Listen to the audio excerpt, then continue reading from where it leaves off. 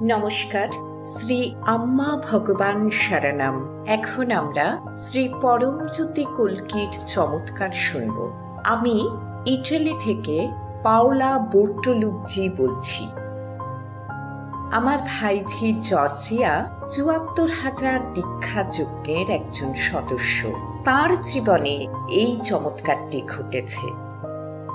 তার প্রেমিক মাত্তিয়া ও বোন সিলভিয়ার সঙ্গে বিমানে ভ্রমণ করার সময় সেটি একটি পাহাড়ে ভেঙে পড়েছিল। অত্যন্ত বিপজ্জনক এই বিমান দুর্ঘটনার সম্মুখীন হলেও তারা ৩ জনেই রক্ষা পেয়েছিল। জর্জিয়ার মাও ৭৪,০০০ দীক্ষাযজ্ঞের একজন নিয়মিত অংশগ্রহণকারী।